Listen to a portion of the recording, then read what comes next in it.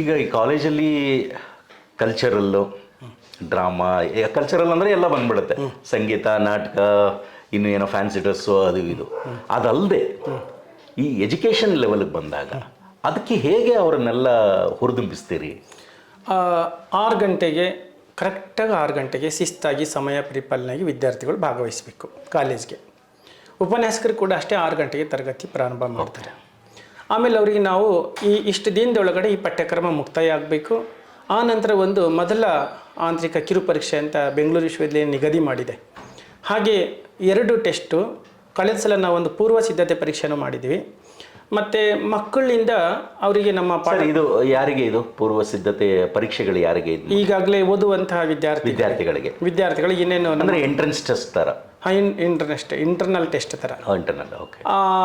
ಈ ಅಂತಿಮ ವರ್ಷದ ವಿದ್ಯಾರ್ಥಿಗಳು ಇರ್ತಾರಲ್ಲ, ಇನ್ನೇನು ಪರೀಕ್ಷೆ ಬರುವಾಗ ಅಂಥವರಿಗೆ ಪರೀಕ್ಷೆ ಹೇಗಿರುತ್ತೆ, ಪರೀಕ್ಷೆಯಲ್ಲಿ ಪ್ರಶ್ನೆ ಪತ್ರಿಕೆ ಹೇಗಿರುತ್ತೆ, ಅದರ ಮಾದರಿ ಹೇಗಿರುತ್ತೆ ಅನ್ನೋ ಪೂರ್ವ ಸಿದ್ಧತೆ ಪರೀಕ್ಷೆಯನ್ನು ಮೊದಲ ಬಾರಿ ಕಳೆದ ಸಲ ಮಾಡಿದ್ವಿ, ಕಳೆದ ಸೆಮಿಸ್ಟರ್ಗಳಲ್ಲಿ. ಈಗಲೂ ಕೂಡ ಅಷ್ಟೇ. ಅಂದರೆ ನಮ್ಮ ಉಪನ್ಯಾಸಕರುಗಳು ಈ ವಾರಕ್ಕೆ, ಈ ತಿಂಗಳಿಗೆ ಇಷ್ಟು ಪಠ್ಯಕ್ರಮ ಮುಕ್ತಾಯ ಮಾಡಬೇಕು. ಅದರ ನಂತರ ಒಂದು ಇಡೀ ಕಾಲೇಜಿನಲ್ಲಿ ಫೈನಲ್ ಪರೀಕ್ಷೆ ಥರನೇ ಒಂದು ಟೆಸ್ಟನ್ನು ಮಾಡ್ತೀವಿ. ಆ ನಂತರ ಒಂದು ಪೂರ್ವ ಸಿದ್ಧತೆ ಪರೀಕ್ಷೆಯನ್ನು ಮಾಡ್ತೀವಿ. ಆಮೇಲೆ ಈ ಸಾಂಸ್ಕೃತಿಕ ಕ್ರೀಡಾ ಚಟುವಟಿಕೆ ಒಳಗಡೆ ಅವರೆಲ್ಲೂ ಕೂಡ ವಿದ್ಯಾಭ್ಯಾಸ ಬಿಟ್ಟು ದೂರ ಹೋಗಲಾರ್ದಂತೆ ಮತ್ತೆ ಅವರನ್ನು ತಗೊಳ್ತೀವಿ. ಮತ್ತು ವಿದ್ಯಾಭ್ಯಾಸ ಕಡೆಗೆ, ಅಧ್ಯಯನ ಕಡೆಗೆ ಅವ್ರಿಗೆ ತೊಡಗಿಸಿಕೊಳ್ಳಲು ಟೆಸ್ಟು, ಸೆಮಿನಾರು, ನೋಟ್ಸು ಮತ್ತು ಉಪನ್ಯಾಸಕರ ನೋಟ್ಸು ಸಹ ಕೊಡ್ತಾರೆ. ಮುಖ್ಯವಾಗಿ ಮೂಲ ಪುಸ್ತಕನೇ ಓದಿ ಗ್ರಂಥಾಲಯದಲ್ಲಿ ತಮ್ಮ ಜ್ಞಾನವನ್ನು ವಿಸ್ತರಿಸಿಕೊಳ್ಳಿಸಿ ಅಂತ ಹೇಳ್ತೀವಿ. ಆದರೆ ಪರೀಕ್ಷೆಗೆ ಸಂಬಂಧಿಸಿದಂಥ ಮುಖ್ಯವಾದದ್ದು ಏನೇನು ಬರ್ಬೋದು, ಏನೇನಿಲ್ಲ ಅನ್ನೋದು ಕೂಡ ಉಪನ್ಯಾಸಕರು ಪರೀಕ್ಷೆಗಳ ಹತ್ತಿರ ಬಂದಾಗ ಗೈಡ್ ಮಾಡ್ತಾರೆ. ಈ ಮುಖ್ಯ ಪರೀಕ್ಷೆಗೆ ಮುಂಚೆ ಒಂದು ಪರೀಕ್ಷೆ ಏನೋ ಕಂಡಕ್ಟ್ ಮಾಡ್ತೀನಿ ಅಂತ, ಆ ವಿದ್ಯಾರ್ಥಿಗಳು ಸ್ವಲ್ಪ ಏನಾದರೂ ಹಿಂದೆ ಉಳಿದಿದ್ರೆ ಅಂಥವ್ರಿಗೆ ಸ್ಪೆಷಲ್ ಕೇರ್ ಅಂತ ಏನಾದ್ರು ತಗೊಂಡು ಮಾಡ್ತೀರಾ, ಇಲ್ಲ ಎಲ್ಲ ವಿದ್ಯಾರ್ಥಿಗಳು ಸಾಮಾನ್ಯವಾಗಿ ಇದು ಮಾಡ್ತೀರಾ? ಇಲ್ಲ ಸರ್, ಆ ಥರ ಅನುಭವಗಳೇನಾದರೂ? ಇಲ್ಲ ಖಂಡಿತ ನೀವು ಹೇಳಿ. ಯಾಕಂದರೆ ಓದ್ನಲ್ಲಿ ಸಾಮಾನ್ಯವಾಗಿ ಎಲ್ಲರೂ ರ್ಯಾಂಕ್ನಲ್ಲಿ ಇರ್ತಾರಂತ ನಾವು ಅಂದ್ಕೊಳ್ಳೋಕ್ಕಾಗೋದಿಲ್ಲ. ಒಂದೊಂದು ಸಬ್ಜೆಕ್ಟಲ್ಲಿ ಒಬ್ಬರು ಹಿಂದುಳಿತಾರೆ. ಈ ಟೆಸ್ಟ್ ಮಾಡಿದ್ಮೇಲೆ ಮತ್ತೆ ಪೂರ್ವ ಸಿದ್ಧತೆ ಪರೀಕ್ಷೆ ಆದಮೇಲೆ ಅವೆಲ್ಲ ಅಂಕಗಳನ್ನು ಕ್ರೋಢೀಕರಿಸಿ ಯಾವ ವಿದ್ಯಾರ್ಥಿ ಓದಿನಲ್ಲಿ ಹಿಂದುಳಿದಿದ್ದಾನೆ ಅವನನ್ನು ಆ ಉಪನ್ಯಾಸಕರು ಯಾವ ಸಬ್ಜೆಕ್ಟ್ನಲ್ಲಿ ಆ ಸಬ್ಜೆಕ್ಟಿನ ಉಪನ್ಯಾಸಕರು ಅವರನ್ನು ಆತ್ಮೀಯವಾಗಿ ಅವನಿಗೆ ಮನಸ್ಸಿನಲ್ಲಿ ಏನು ಬದಲಾವಣೆ ಮಾಡ್ಕೋಬೇಕು ಓದೋದ್ರ ಬಗ್ಗೆ ಅದನ್ನು. ಈಗ ಉದಾಹರಣೆ ಕಾಮರ್ಸ್ ಅಂದರೆ ಪ್ರಾಕ್ಟಿಕಲ್ ಸಂಬಂಧಪಟ್ಟಂತೆ, ಆಗ ಅವನ ಮನಸ್ಸು ಏಕಾಗ್ರತೆಯಾಗಿರಲಿಲ್ಲ ಅಂದರೆ ಅವನ ತಲೆಯಲ್ಲಿ ಹೋಗೋದಿಲ್ಲ. ಹಾಗಾಗಿ ಅವನು ಒಬ್ಬನಿಗೆ ಅವ್ರ ಹತ್ರ ಕೂತ್ಕೊಂಡು ಒಬ್ಬನಿಗೆ ಹೇಳಿ ಗೈಡ್ ಮಾಡಿ ಅವನು ಕೂಡ ಆ ಸಬ್ಜೆಕ್ಟ್ಗಳಲ್ಲಿ ಹೆಚ್ಚು ಅಂಕ ಗಳಿಸೋ ಹಾಗೆ ನಮ್ಮ ಉಪನ್ಯಾಸಕರು ಕ್ರಮ ಕೈಗೊಳ್ತಾ ಇದ್ದಾರೆ. ತಮ್ಮ ಅಭಿಪ್ರಾಯದ ಪ್ರಕಾರ ಈಗ ಎಲ್ಲರೂ ಒಳ್ಳೊಳ್ಳೆ ಹುದ್ದೆಗೆ ಹೋಗಲೇಬೇಕು ಅಂತ ಏನಿಲ್ಲ, ಕೆಲವು ಸರಿ ಹಣೆ ಬರಹ ಅಂತನೂ ಅಂತ. ಹೌದು. ಸೊ ಒಬ್ಬ ಪದವಿ ಪಡೆದಂತಹ ವಿದ್ಯಾರ್ಥಿ ಯಾವ ಹುದ್ದೆ ಹೋಗಬಹುದು ಅನ್ನೋದು ತಮ್ಮ ಮನಸ್ಸಲ್ಲಿ ಏನಾದರೂ ಇದೆಯಾ? ಅಂದರೆ ಆ ಹುಡುಗರುಗಳಿಗೆ ಏನು ಸಜೆಷನ್ ಕೊಡ್ತೀರಿ?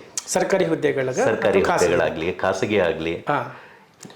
ಅಂದರೆ ನಾನು ಕೇಳೋದು ಏನಕ್ಕೆ ಅಂತಂದರೆ, ಈಗ ಒಬ್ಬ ಮನಸ್ಸಿನಲ್ಲಿ ನಾನು IAS ಆಫೀಸರ್ ಆಗಬೇಕು ಅಂತ ಇರುತ್ತೆ, ನನ್ನ ಎಜುಕೇಷನ್ ಮುಗಿಯುತ್ತೆ, ನನಗೆ ಆ ಸಾಮರ್ಥ್ಯ ಇರೋಲ್ಲ. ಅದನ್ನು ಬಿಟ್ಟಾಗ ಮತ್ತಿನ್ಯಾವುದಕ್ಕೆ ಹೋಗ್ಬೋದು? ಸರ್ಕಾರಿ ಹುದ್ದೆಗಳಾಗಲಿ ಖಾಸಗಿ ಹುದ್ದೆಗಳಾಗಲಿ, ನಮ್ಮ ಜೀವನೋಪಾಯಕ್ಕೆ ಎಲ್ಲಿ ನಮಗೆ ಸಂಪಾದನೆ ಬರುತ್ತೋ ಅಂತಹ ಹುದ್ದೆಗಳು ಅಂತ ಒಂದು ನಾವು ಮಾಡ್ಕೊಂಡಿರ್ತೀವಿ. ಬಟ್ ಅದು ಬಿಟ್ಟು ತಮ್ಮ ಕಡೆಯಿಂದ ಏನಾದರೂ ಕಿವಿ ಮಾತು ಕೊಡೋ ಥರ ಏನಾದ್ರು ಇದ್ದರೆ?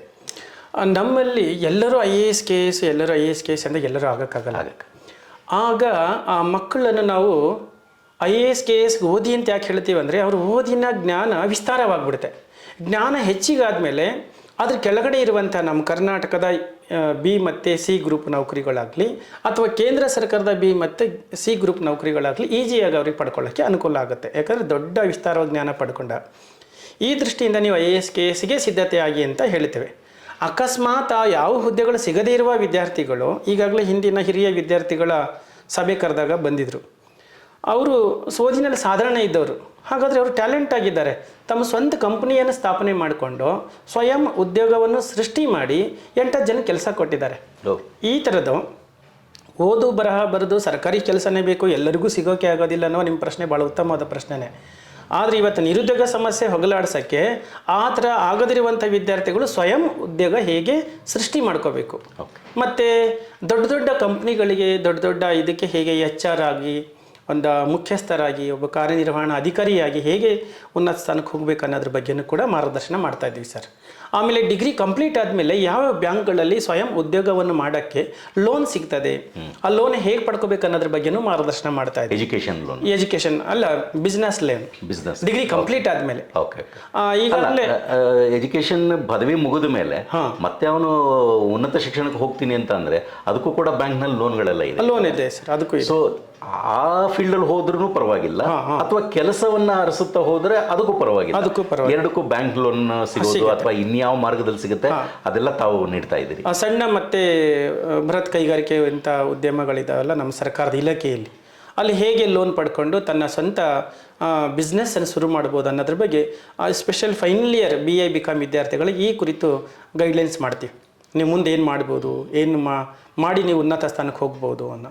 ಬಟ್ ಒಬ್ಬ ಸಣ್ಣ ಬಡತನ ಕುಟುಂಬದಲ್ಲಿರುವ ಒಬ್ಬ ವಿದ್ಯಾರ್ಥಿ ಒಬ್ಬ ದೊಡ್ಡ ವ್ಯಕ್ತಿ ಆಗೋಕ್ಕೆ ಏನೆಲ್ಲ ಬೇಕು ಅವನಲ್ಲಿರುವ ಸಾಮರ್ಥ್ಯಕ್ಕೆ ತಕ್ಕಂತೆ ಅದನ್ನೆಲ್ಲನೂ ನಾವಿಲ್ಲಿ ಸಾಧ್ಯವಾದಷ್ಟು 100ಕ್ಕೆ 100% ಅಂತ ಹೇಳೋಕ್ಕಾಗಲ್ಲ, 100ಕ್ಕೆ ಒಂದು 80% ಆದರೂ ನಾವು ಮಾರ್ಗದರ್ಶನ ಮಾಡಿ ಅವರನ್ನು ಪರಿಪೂರ್ಣ ವಿದ್ಯಾರ್ಥಿಯಾಗಿ ಹೊರಕಳಿಸಲು ಶ್ರಮಿಸ್ತಾ ಇದ್ದೇವೆ.